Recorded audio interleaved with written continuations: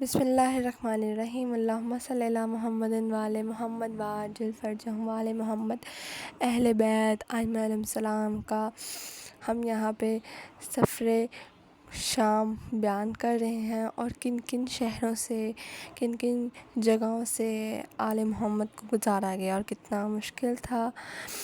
Be be زینب سلام اللہ علیہا کی تقریروں نے کوفہ میں ہلچل مچا دی تھی۔ ابن زیاد ملعون کو خدشہ تھا کہ کوفہ اس کے خلاف اٹھ کھڑے ہوں گے۔ انہوں نے حکم دیا کہ سختیاں بڑھا دی جائیں، کسی کو ان سے ملنے کی اجازت نہیں تھی۔ چند ہی گھنٹوں میں ابن زیاد ملعون نے انہیں فوری طور پر دمشق بھیجنے کا حکم دیا۔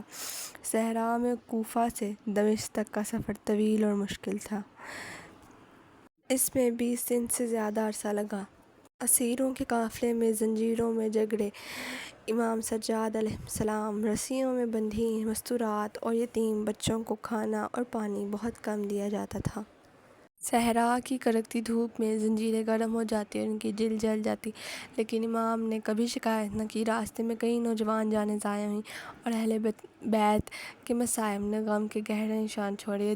یزیدی فوج ایسی جگہوں سے گزرنا چاہتی تھی جہاں اہل بیت کی پہچان ہو، لوگوں کو بتایا جائے کہ یہ باغی تھے جو مارے گئے۔ بی بی زینب سلام اللہ علیہا، بی بی کلثوم سلام اللہ علیہا انہیں بتاتیں کہ وہ اصل میں کون ہیں۔ رسول اللہ کی اولاد کربلا کے اسیران دمشق کے راستے میں جن مقامات سے گزرے تھے وہ کچھ یہ ہیں۔ الملف، یہاں پر ایک واقعہ پیش آیا۔ یزیدی فوج سروں کو لے کر کوفہ سے شمال کی طرف چلے گئے۔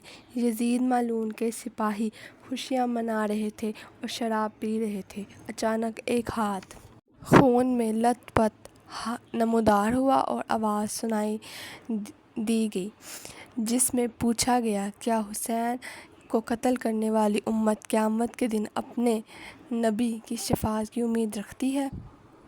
تکرت، یہ بھی ایک جگہ ہے جہاں دوران سفر اسیران کربلا کے معجزات سے یزیدی قوتیں خوفزدہ تھیں کہ لوگ ان کے خلاف ہو جائیں گے، اس لیے انہوں نے لوگوں کو نہیں بتایا کہ انہوں نے کس کو قتل کیا ہے۔ انہوں نے صرف یہ کہا کہ وہ غیر ملکی ہیں، جس پر ایک عیسائی نے کہا کہ تم جو کہتے ہو وہ درست نہیں ہے، یہ حسین ابن علی علیہ السلام کا سر ہے۔ جب وہ شہید ہوئے تو میں کوفہ میں تھا۔ یہ بھی ایک جگہ کا نام ہے۔ مشہد النقطہ، امام حسین علیہ السلام کا مقدس سر پتھر پر رکھا گیا تھا، خون کا ایک قطرہ گرا اور اس کے بعد سے ہر سال عاشوراء کے دن پتھر پر خون نمودار ہوتا ہے۔ اب آپ کو بتاتے ہیں کہ وادی نخلا موصل کے قریب ایک جگہ ہے جس کو نخلا کہتے ہیں۔ خضیر کے قریب امام کے رونے اور رونے کی آواز سنائی دی گئی، حالانکہ کوئی نہیں دیکھ سکتا تھا کہ کون رو رہا ہے، لوگ خوف زدہ تھے۔ موصل ایک قدیم شہر تھا۔ موصل کے حکمران نے شہر سجانے کا حکم دیا۔ جب لوگوں کو معلوم ہوا کہ یہ نواسۂ رسول امام حسین علیہ السلام کا سر ہے تو وہ اس قدر ناراض ہوئے کہ حکمران کو قتل کرنے کے لیے ہتھیار اٹھانے کے لیے تیار ہو گئے، چنانچہ راستہ بدل دیا گیا۔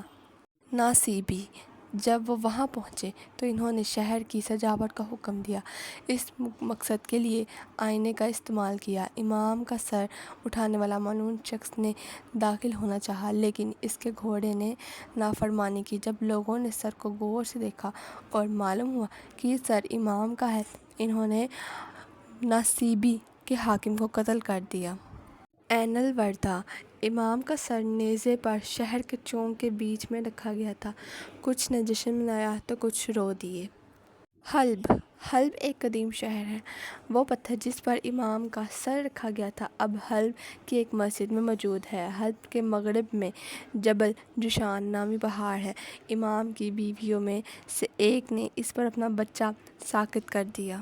صبور، اس شہر میں امام حسین علیہ السلام کو پہچاننے والے ایک بوڑھے نے اپنے شہر کے نوجوانوں اور بزرگوں سے کہا، ان لوگوں نے حسین ابن علی علیہ السلام کو قتل کیا ہے اور یہ ان کا سر ہے۔ اس کے بعد لوگوں نے یزیدی افواج کو اپنے شہر میں داخل ہونے سے انکار کر دیا۔ حما اور حمص، حما کے دروازے بند رہے اس لیے وہ اندر نہیں جا سکتے تھے۔ حمص میں لوگوں نے یزیدی افواج کو یہ کہتے ہوئے مخالفت کی کہ ہم آپ کو امام کے مقدس سر کو اس شہر میں لانے کی ہرگز اجازت نہیں دیں گے۔ اس بات پر یزیدی فوج مارے گئے۔ بس آل محمد کا قافلہ یکم صفر 61 ہجری کو دمشق پہنچے تھے. اس پر بھی ایک ویڈیو بنائی جائے گی جو اسی چینل پہ اپلوڈ ہوگی. بس آل محمد کے ساتھ جو مصائب اور غم گزرے ہم انہی کو مناتے ہیں اور منانا بھی چاہیے. جب اتنا ظلم ہو جائے تو ظلم کو منانا بھی چاہیے.